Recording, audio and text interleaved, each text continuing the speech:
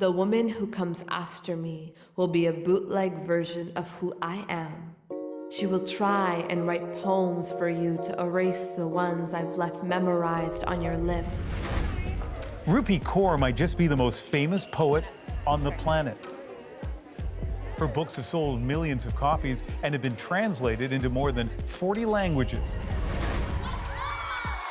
And oh yeah, in the past year alone, she's performed in more than 50 cities on a world tour that's also been turned into an Amazon Prime special. So are we ready, LA? I'm so happy that you're here. You know, I thought I had to become like a pop star, or Yeah. like an actress to get here. No. But somehow poetry is getting me into all the Poetry is the new pop, man. Absolutely. Kaur's first self-published book, Milk and Honey, helped spark a revolution in poetry.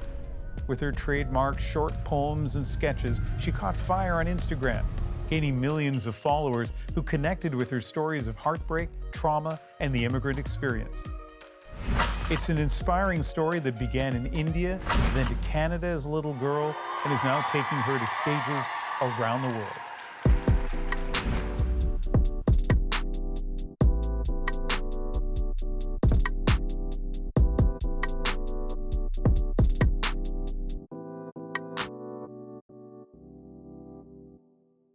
You are a poet who tours like a rock star, who's been to Europe and South America and Australia and Singapore, and now back in Canada. What's it been like? It's been a dream.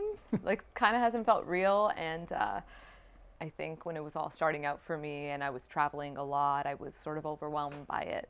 But now I'm at a place where I'm feeling really present. And when I'm up there, I'm like, oh my goodness, is this real life? Like, how am I in Paris or, you know, Venice, and sitting with these incredible human beings and connecting on this level? It's beautiful. I was born in Punjab, and I was 3.5 when we moved to Canada. Yes. So I always felt split between these two lands. And so even though I grew up in Canada, when I got home after school, you better believe I was walking right back into the motherland. We had to speak, read, write, live, breathe, everything Punjabi.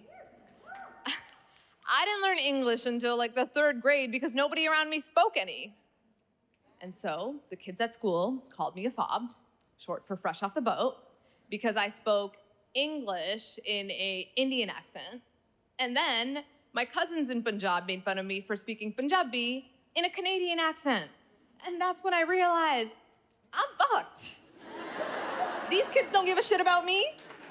A big part of your story is the immigrant story, a family that moved here from India and tried to fit in, eventually did fit in, but you tell an interesting story about walking into kindergarten class. Tell me a little bit about that. Yeah, I'm the oldest of 4 kids, and so parents don't speak any English, didn't really have any cousins who spoke any English, and so I remember going to kindergarten, and everyone around me is yapping away in English, and I felt like I had been abducted by aliens because it was the first time I was in a setting where people were talking and I had no idea what was going on. And that's when I felt so voiceless because I could not communicate for that early part of my life with my peers. But then even when I learned to, I'd been silent for so long that I just chose not to speak anyway, being extremely shy and introverted. And that's when I sort of fell in love with books. And I really just used books as not only my crutch, but they were my first friends. And so I read and I read and I read, and hoping that nobody would notice that I had no other friends.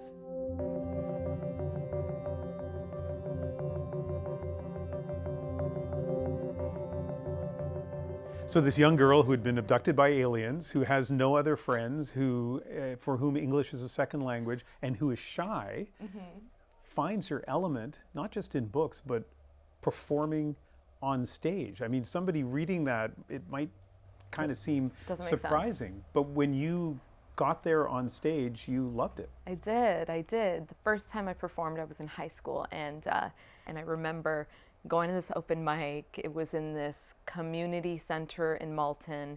There was maybe 25 people in the audience, but something magical happened when I was up there. It felt like I was heard for the first time. And I was like, I love this feeling. And I realized that the stage is where I started to find my voice.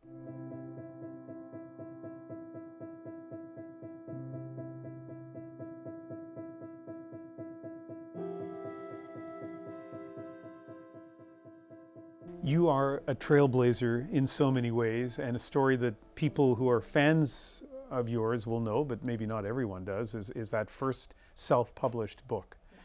And you turn that into really an extraordinary part of your career. Can you read us a poem from that book? Of course. Yeah, let me just... So, Milk and Honey, you can surprise me. Okay, I already know which one I'm reading. This one is called The Art of Being Empty, and it's on page 33. Emptying out of my mother's belly was my first act of disappearance.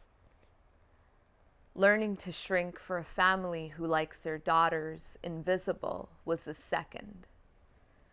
The art of being empty is simple. Believe them when they say you are nothing. Repeat it to yourself like a wish. I am nothing, I am nothing, I am nothing.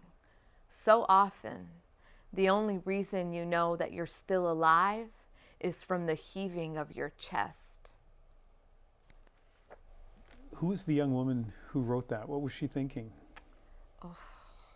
I think that I was thinking about myself and all of the young women that I grew up with, who were constantly told to not speak and not have opinions and to be as invisible as possible. I mean, I always was a very opinionated kid, and I always made sure to share my opinions out loud. And I remember my mom would just be like, oh my goodness, and you're never gonna, no one's ever gonna marry you, your mother-in-law's gonna hate you, da, da, da. You know, it's like what she learned from, you know, her mother back in India and all of that, and she's just passing that down to me. And so I was really thinking about that and thinking about the violence also and the abuse that women's bodies hold, especially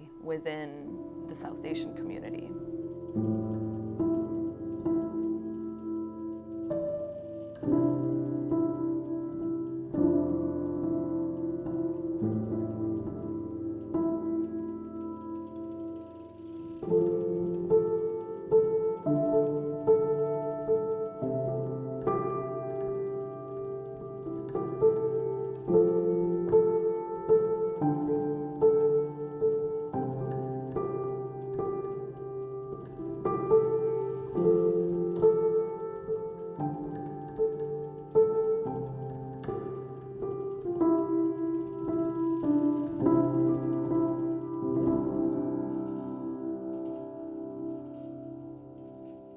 So you published this book at first yourself, and it became so popular that it eventually attracted a major publisher.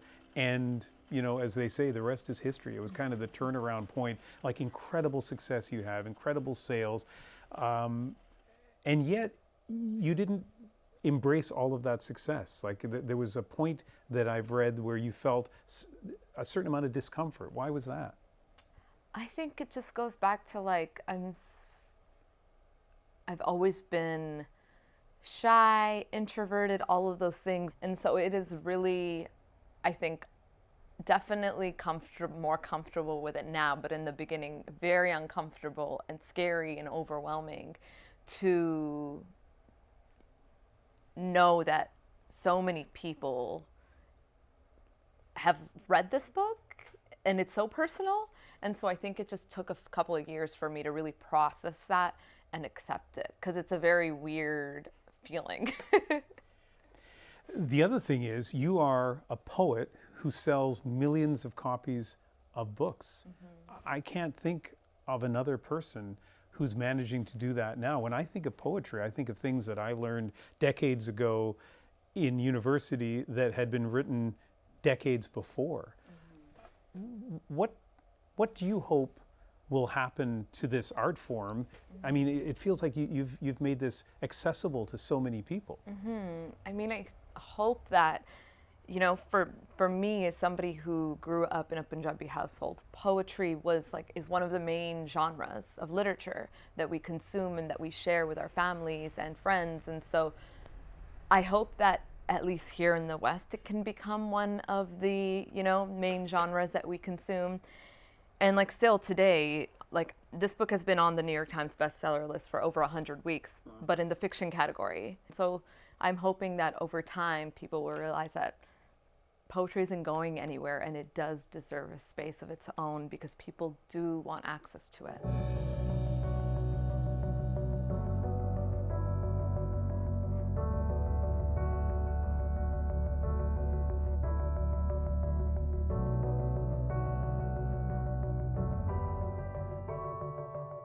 I grew up feeling so embarrassed and ashamed of my parents' accent because it was something that was so mocked here in Canada and in the West in general. And then I remember turning like 21 and something just did like a full 180 in my head. And I was like, wait a minute, how can I be embarrassed of this thing when it's the only thing my parents have left of home? And that thought it changed everything for me. And then this poem was born. I think about the way my father pulled the family out of poverty without knowing what a vowel was. And my mother raised 4 children without being able to construct a perfect sentence in English. So when I started to really reflect on the sacrifices that my parents had made, and so many of them, and so that we could have a life, so that I could have the chance to go to university. And I was moved by it to the point of tears, you know, and this is the story of so many immigrants, and especially so many of the ones that I grew up around. So I really wanted to write this poem as a love letter to them. They turned a suitcase full of clothes into a life and regular paychecks to make sure that the children of immigrants wouldn't hate them for being the children of immigrants. You know, my mom still doesn't speak English, and it is something that she's so ashamed about. And I was thinking about how, especially as my mom, she was a homemaker. And I often reflect on what that means for an immigrant woman to be between these 4 walls and that country, this new home, or what's supposed to feel like home, will never see her. But what she's made of her life, regardless of whether it's invisible or not, is art of its own. So how dare you mock your mother when she opens her mouth and broken English spills out? Don't be ashamed of the fact that she split through countries to be here, so you wouldn't have to cross a shoreline. Her accent is thick like honey. Hold it with your life. It's the only thing she has left of home. Don't you stomp on that richness. Instead, hang it up on the walls of museums next to Dali and Van Gogh.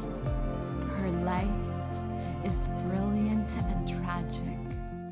The thread that stays consistent through all of my work is immigrant stories. I think I'm not finished, you know, diving into that. I don't know if I ever will be, you know, and I say something during my shows. I say that I could probably spend the rest of my life, you know, filling book after book with the struggle and the triumph of my parents and my community, but that still wouldn't even scratch the surface. And so I'm really looking forward to how I continue to explore that in this next decade, but especially how I'm going to explore that, you know, 3 or 4 decades from now.